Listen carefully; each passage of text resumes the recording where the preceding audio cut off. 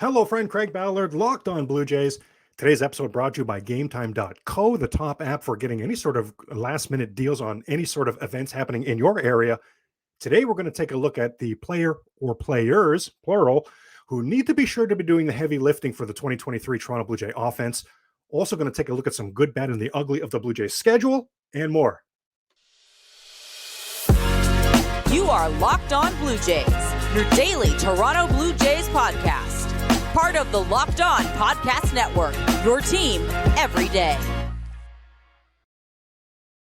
I am Craig Ballard. I am locked on the Toronto Blue Jays, have been for some time. Certainly, first and foremost, I want to thank you for spending part of your day talking Blue Jay baseball with me.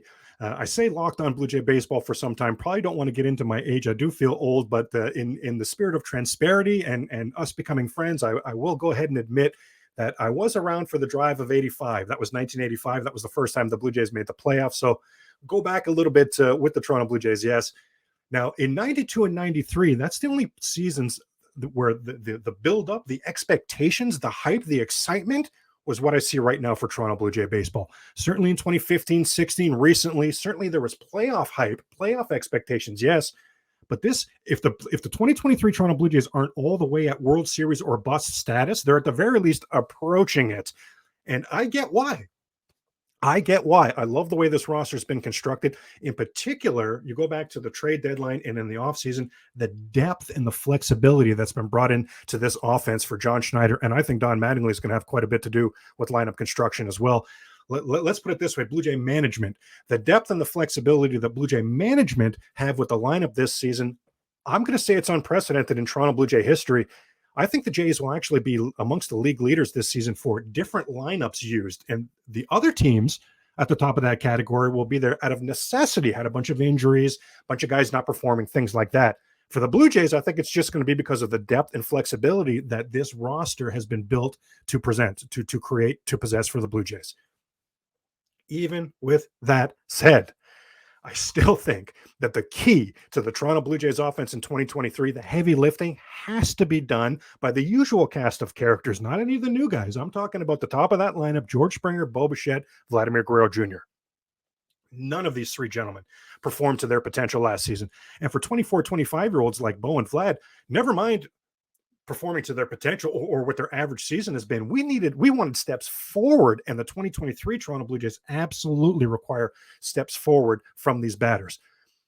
George Springer, Bo, and Vlad last season, in wins, they combined to hit over 300. In losses, they combined to hit just 240. In losses, all three of their OPSs were in the 700s. This is completely unacceptable. When any of these three hit a home run in their first or second at bat for the Blue Jays. So in other words, we're the table setters, got things going. We're the catalyst like they need to be and are supposed to be for the Blue Jays. Jays went 17-5 in those games. So you see the importance these guys bring to the table. Let's deep dive this. George Springer, his slash line from last season, 267 batting average, 342 on base, and an 818 OPS. None of those numbers are terrible, right? But none of those numbers are in line with even his average season, let alone taking steps forward. Even his average season, these were all significantly below average. All three of these batters, George Springer included, became ground ball machines last season. Bo Bichette, 21 double plays he grounded into last season, a career like just ridiculous. Vladimir Guerrero Jr., I call him Slim Daddy Vladdy. Slim Daddy Vladdy led baseball with 26 double plays last season. Like, just mind-blowing to me. It doesn't make a lick of sense. Now with Springer, we certainly know that a lot of that was due to the injury, right? He was dealing with an elbow issue all season long. In spring training this season, he's been quoted as saying, "It feels good to feel good." It feels good to feel good. George, music to my ears. So cause for optimism that we are going to see the sort of season that's way more in line with George Springer's potential, way more in line with the reason the Toronto Blue Jays brought him in to be their everyday leadoff hitter. Bo Bichette. How about Bo's slash line last season? 290 average. On the surface, that's not bad at all. But as a Blue Jay fan, you know full well that heavy lifting was done. That work was done in September. Bo's September was an absolute video game. He hit over 400. His on-base percentage was 444 in September. Holy moly. His OPS in September was 1105. I'm not even sure that I knew OPSs went that high. These are video game numbers. He was absolutely incredible. That's what got that average up to 290. That's what got his on-base percentage up to 333. And that's what got his OPS into the 800s at 802. None of those numbers, though, are in line with Bo's potential. None of those numbers are certainly in line with a step forward from Bo. How about this season, though? Cause for optimism. He's having a great spring. But what did we see late August and September last season that led to those video game numbers? Because no, I don't think Bo's going to have an entire season with those numbers. No, I do not. But it was the approach at the plate that was the difference maker. And that is sustainable. That is something that can and looks like it has carried over into spring training, into the 2023 Toronto Blue Jays. Bo Bichette really seems like somebody trying to find himself as a person, trying to find himself as a baseball player, in particular at the plate. I think we saw last season, and he's touched on this a little bit as well recently, that she's just getting pulled in so many different directions. Everybody had an idea for him of who he should be as a hitter, who he should be at the plate, what sort of approaches he should have. And he sort of felt like, on the surface, me looking at it there, felt like he was taking this all in and really getting confused by things. End of August into September, things seemed to really get simplified. He seemed to be coming up to the plate with a locked in and a very sound approach and strategy. You could see it lifted his confidence, and the Bo that we are seeing right now, that confidence looks like at an all-time high. If that approach, again, the numbers aren't going to translate. He hit 404 in September. That's not going to translate, but he should certainly be hitting in the 300s to his potential. If that approach at the plate that we saw in September translates over, we've seen it in spring training, so cause for optimism, then words like perennial all-star, and for the 2023 Toronto Blue Jays, words like superstar are going to be accurate descriptions of Bo Bichette, and it's needed. Hey, I know he needs to work on the defense too, right? But right now we're talking about the heavy lifting for the offense. Vladimir Guerrero Jr., my favorite. Again, I call him Slim Daddy Vladdy. Vlad last season, 274, 339 on base, and an 818 OPS. Completely unacceptable. I understand that what I'm about to say is lofty, but I think that Vlad's average season should be the George Bell 1987 season. Now, Craig, that was an MVP season, guys. That was the best season I've ever seen a Blue Jay have. George hit 308. That is the bare minimum for what Vladimir Guerrero Jr. should be hitting. He hit anything below 300 is completely unacceptable for Vladimir Guerrero Jr. 47 home runs Bell hit that season. Any season where Vlad's home run totals don't start with a 4, I want to know what happened. And the 134 RBIs. Now that's way too lofty, right? But Vlad's RBI should certainly be in the high hundreds, high, even into the 120s, right? If we're really having an open, honest conversation of his potential. Vlad's 2023, in fact, I think Vlad's career going forward is going to come down to pitch selection. It was my favorite thing always about Vladimir Guerrero Jr. as he came up through the Blue Jay system. He was not willing to play the pitcher's little reindeer games. He forced pitchers to come into the strike zone. He would not expand his strike zone. And Vlad's swing in the strike zone, that controlled violence that Vlad brings the bat through the strike zone, it is an absolute thing of beauty. But what did we see in 2022? Inexplicably, Vlad again and again expanding his strike zone, willing to play the pitcher's little reindeer games and swinging and getting out on pitcher's pitch after pitcher's pitch after pitcher's pitch, completely out of line with what his potential is and completely out of line with what we usually see from Vlad. He's mentioned recently, actually, that the fact that he didn't get any first place votes for that great season, MVP votes for that great season he had in 2021, maybe weighed on him a bit, and he thought he had to do a little more in 2022. Now, as 2022 goes on, you can see he's not going to get to those 2021 numbers, starts to press even more, trying to hit that 5-run home run, trying to hit 3 doubles on one pitch, right? We've seen that from other players in the past. I think we saw that from Vlad last season. Absolutely has to improve. The pitch selection for him and Bo need to be way more on point in 2023. Again, I'm going to say, guys, these three, George Springer, Bo Bichette, Vladimir Guerrero Jr., for the Blue Jays to hoist that World Series trophy, all three of them have to get MVP votes. All three have to be an all-star. All three have to be responsible for the heavy lifting for this offense. Now, let's get into some gameday.co because I finally have a good answer. I get asked all the time, Craig, something freed up in my schedule. I'm able to go to the Blue Jay game tonight or whatever it is. Do you have an idea, a recommendation of where I can go to get some last minute tickets? I never had. Now I do. GameTime.co, not com, right? Co, gametime.co.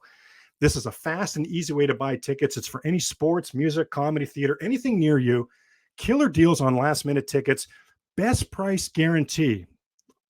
I absolutely love this. Best price guarantee, so you can stop stressing over the tickets and the prices and that. You can start getting hyped for the fun you're going to have. Here's the best price guarantee. Watch this now. If you find tickets in the same section and row for less, Game Time will credit you 110% of the difference. Pardon me? Yes, please. Wow. So absolutely nothing to lose. It's the fastest growing ticketing app in the country for a reason. And what I really love, I love the flash deals. I love the last minute tickets, yes, but it's so easy to find and buy tickets. 2 clicks and you're done. Image of the seat views, love that. Lowest price guarantee, event cancellation protection, job loss protection. I mean, you name it, GameTime.co's got you covered. Snag the tickets without the stress with Game Time. Download the Game Time app, create an account, and use the code LOCKEDONMLB. That's all one word. That's all caps. LOCKEDONMLB. That's going to give you $20 off your first purchase. I mean, yes, please. Terms apply. Now, again, create an account, redeem the code LOCKEDONMLB for $20 off. Download gameplay today. Last minute tickets, lowest price guaranteed. Now it's time for our segment, Good, the Bad, and the Ugly. And for today, we're going to take a look at the good and the bad and the ugly of the 2023 Toronto Blue Jays schedule. Now, first of all, some housekeeping, right? Every team in baseball has a much different schedule this season. Gone is the unbalanced schedule. Unbalanced schedule meant that you played teams outside of your division 3, sometimes 6 times. You play the teams in your division 19 times. That's pared back now to 13 games each season against teams in your division. So 1 3-game road trip and 1 3-game homestand against every team in your division is now gone, and you're going to play everybody in baseball now. The good, the bad, and the ugly, as far as the Toronto Blue Jays schedule, there's a lot in all 3 of these categories. So let's start deep diving. First of all, the good. This was a 92-win team last season, and the Toronto Blue Jays in the NL East, you have the Washington Nationals last place, Miami Marlins second last place. In the National League West, you have Colorado Rockies last place, Arizona Diamondbacks second last place. 4 cellar dwellers that the 92-win Jays last season played a grand total of 0 times. Never happened. This season, a dozen games against these lowly teams. Just from showing up on time for these games, that should be an 8-4 record for the Toronto Blue Jays. You're going to hope with a break here or there that's more like a 9-3 or a 10-2. But regardless, we see such an opportunity to really make hay with this new schedule for the Toronto Blue Jays. There are seasons where you see 9, 10-game West Coast road trips. There are seasons where you see West Coast road trips derail the season. How about the 2023 Toronto Blue Jays schedule? Again, this is all under the good category. 2 West Coast road trips, both are just 6 games.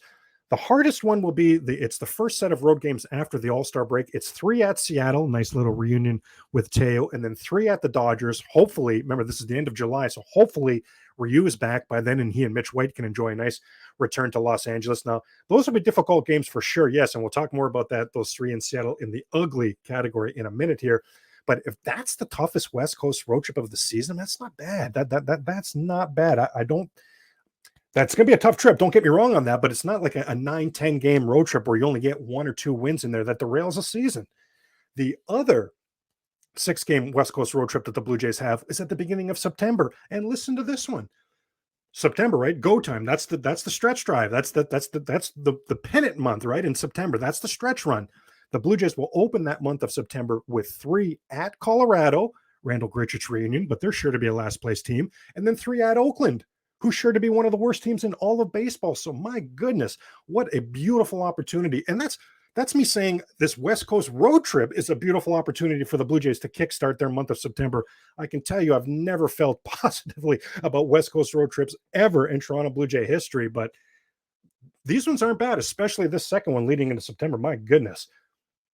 After the All-Star break, the Blue Jays have 72 games. 40 of them will be in front of the home crowd at the Rogers Center, while the Blue Jays 72-45 at Rogers Center since returning to Rogers Center. What was that? Late July in 2022, 2021. Beg your pardon. And let's remember as well that This is all going to come in the second half of the season. So if there are nuances and things that the Blue Jays have figured out to give themselves an advantage with these new ballpark dimensions, by the time the second half is here, the Jays have figured these things out by then. So an opportunity for a good home team to actually become a great home team. And the timing of it, it all coincides in the second half of the season when you're making your run. In September as well. How about the 10-game homestand in September? 3 against Kansas City. So again, September's the pennant month, right? It's go time to either get back in the race or to solidify your position in the race. Always a difficult month. 3 at home against Kansas City. Yes, please. That's another last place team to speak of. 4 against the Rangers. Now that could get sticky. I do acknowledge that. That could get sticky. But if you look at the Rangers roster, injuries may well derail Texas by the time September comes. That might be an easy one there. And then it finishes with 3 against the Boston Red Sox. Now, if you're a Toronto Blue Jay fan, there are things that are inherent with that, right? You hate the Yankees, you hate the Red Sox. There has never been a more goldener era, and I do realize I'm making that up, yes, that term, but there has never been a more goldener era for Toronto Blue Jay baseball when it comes to Jays versus Red Sox than right now. We're living it. Last 24 times the Blue Jays have played the Red Sox, they've won 20 of those games, 20-4. Last 10 games at Fenway, the Blue Jays have lost once. It's been absolutely insane domination. So when I see Boston on the Blue Jays schedule this season, I'll have it in the good category. The Tampa Rays. Now let's go to the bad category. Tampa Bay Rays will always be in the bad category for me. As a longtime Blue Jay fan, the Tampa Bay Rays, I'll tell you, are responsible for this right here. What was it? The first 5 seasons of Tampa's existence, the Blue Jays won the season series all 5 of those years. In the 20 seasons, 2 decades since, the Toronto Blue Jays have won a total of 4 season series against the Tampa Bay Rays. In the last 15 years, the Toronto Blue Jays have won the season series twice versus the Tampa Bay Rays. Even in the Bowen Vlad era, they've played 34 games at Tampa in the Bowen Vlad era. They've only won 13 of those games.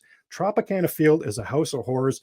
The Blue Jays against the Rays, period, is a house of horrors wherever it's played. So that's always, for me, going to be in the bad category anytime we have to play Tampa Bay. How about the fact that under the bad category that the season starts with a 10-game road trip with no days off?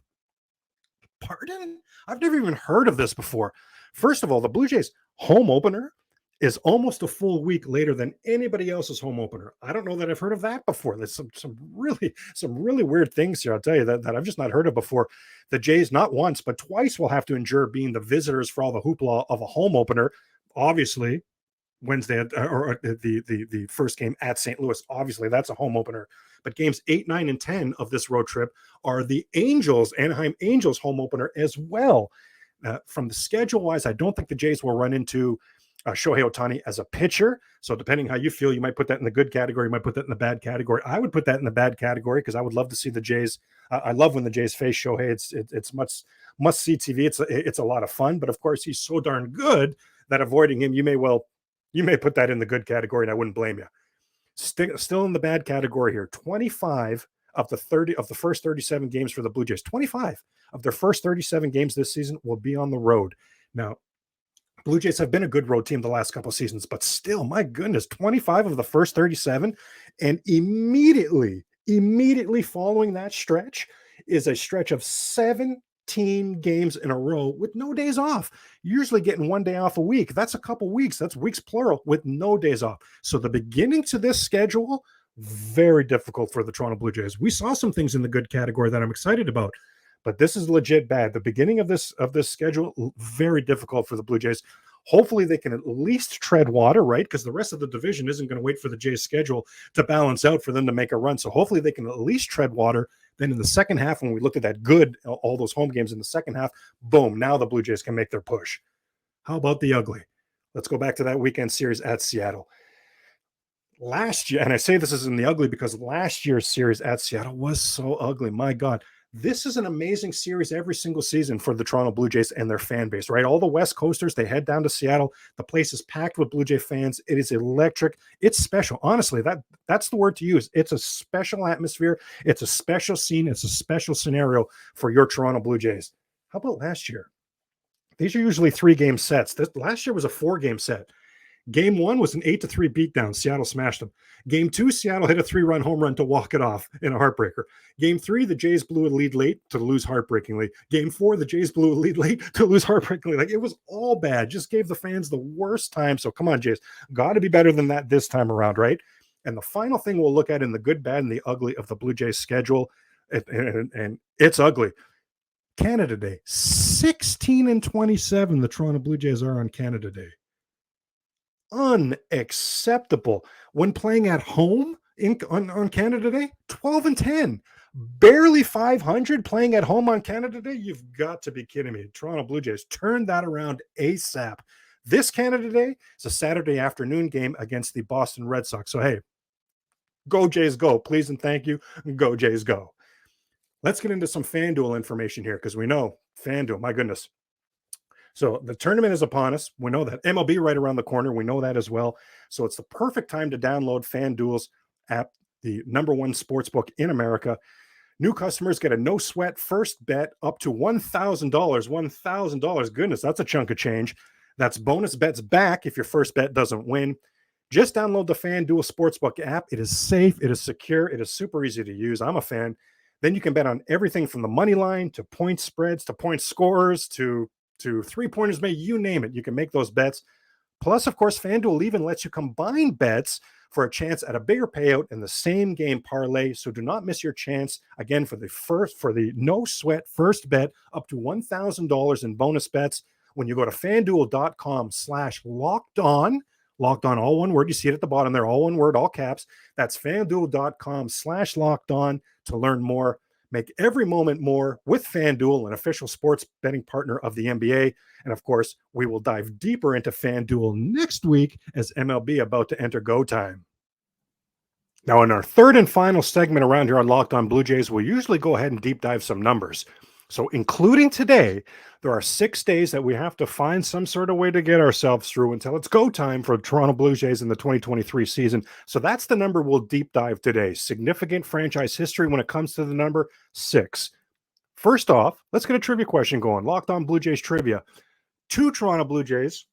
I'll give you some hints here. They're both former outfielders, and they were both very popular in their time with the Toronto Blue Jays. And they are tied for the most hits in a game for the Toronto Blue Jays at, of course, what's today's number? 6. Do you know who one or both of them may be? Drop me a comment there. Let's see what your guess is on that. 6 is also the amount of American League East titles that the Blue Jays have won in their franchise history. The first, of course, the drive for 85. That was 1985.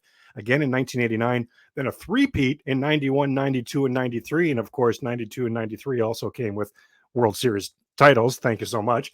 And again, the 6th and most recent one in 2015. Now, that 1985, of course, was significant. It's the first one. That 2015 title, significant as well. Between 1993 and 2015, the Toronto Blue Jays have the longest playoff drought of any North American team.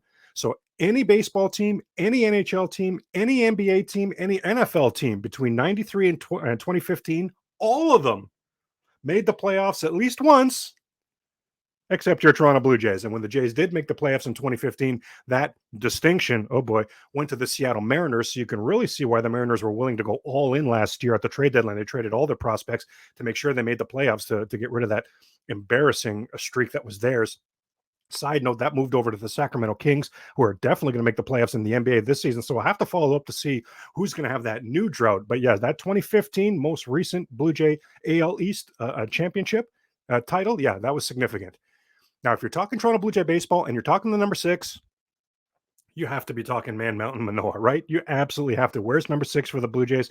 Is such a Toronto Blue Jay through and through. This guy is just so impressive. Are you like me? Are you absolutely stunned? Every single projection for Alek Manoah this season has him taking not just steps back, significant steps backwards. I don't get it. Every single projection has his ERA in the 4s this season. How? Alek Manoah, to compare him to somebody in the past, I guess that's what's happening, but how can you compare Alek Manoah? Alek Manoah walked in the door with a 2-seamer and a 4-seamer that were major league ready. Alek Manoah's slider, especially against righties, should not even be allowed in baseball. We're supposed to be engaged in competition here in baseball. Alek Manoah's slider against righties is absolute domination. The only pitch that needed developing between his rookie season and last season was his changeup. Now, he doesn't throw the change to righties, just to lefties, and lefties had success in his rookie season. Last year, though, Manoah developed that changeup. If that continues, if that development continues, then we're talking 4+ pitches, and between the ears, he is as impressive as any pitcher I've ever seen, and I mean that. He is wise and mature beyond his years.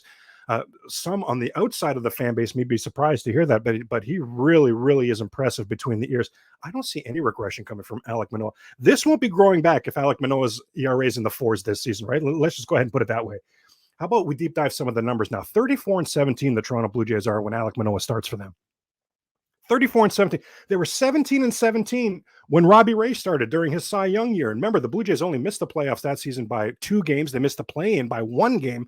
Wouldn't we have traded Robbie Ray's Cy Young to get 1 or 2 more team wins? Because I think if the Jays made the playoffs, remember how well they were playing in September of 2021? The Braves won the World Series, and the Jays dominated the Braves that season. I think if the Jays had made the playoffs that season, they were going to win the whole darn thing. So wouldn't we rather have more team success than Robbie Ray winning the Cy Young at 17-17? How about 16-8 at Rogers Center? Alek Manoah, the Blue Jays are 16-8 when the big fella toes the rubber at Rogers Center. Hold it. In the 8 losses, the Jays average a little bit more than 1 run per game. So basically, if Manoah is on the bump at Rogers Center and the offense does anything, the Blue Jays win that game. How about versus the AL East? My goodness. 2-1 with a 2.31 ERA versus the Yankees. And a whip of 0.917. 3-1 with a 2.87 ERA and a 0.936 whip versus the Orioles. 4-2 with a 1.42 ERA, eye pop emoji, and a 0.902 whip against the Tampa Bay Rays. 4-0 with a 1.46 ERA, 0.919 whip against the Red Sox. All told, that's 13-4 for the big fella against the AL East, and not one AL East foe has a whip above 1. Alek Manoah has been special. He's walked in the door dominating. Absolutely love this guy. And as I say, I love him between the ears. He always talks about how he takes lessons from his losses, and you can see it on display. You can see it on display. I'm such a fan of this guy. Now, speaking of being such a fan, how about some love for Ultimate Pro Baseball GM? Today's show also brought to you by Ultimate Pro Baseball GM. Now, if you are like me, then you've dreamt many times in your life about running a Major League Baseball franchise, right? Well, that's why I'm so excited to tell you about Ultimate Pro Baseball GM. You're the boss. You make the coaching staff decisions, the hiring and firing. You manage the team finances. You scout and draft players. You navigate your team through free agency. Just an absolutely amazing way to take control of a franchise, and an amazing, fantastic way for those friendly rivalries with your friends, right? This is a lot of fun. The Locked On hosts, for example, are in a big pool, and you know there's going to be bragging rights for this, right? This is how I know that this Ultimate Pro Baseball GM is so fun. We're using it on our end. And what I really like is once you download the game, you don't need to be in Wi-Fi anymore to play. Locked On Blue Jay listeners get 100% free boost to their franchise when they use the code Locked On. So on the bottom there, use the code Locked On. Now that's in the game store, so make sure to check that out. Now to download the game, simply head to baseballgm.com, scan the code, or you can look up in the App Store. That is probaseballgm.com. Ultimate Baseball GM. Start your dynasty today. Absolutely want to thank you for spending part of your day with me talking Toronto Blue Jay baseball. Please leave your questions and comments. Absolutely want to hear from you.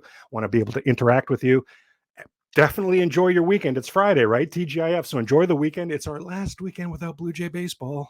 Yes, please. Go Jays, go.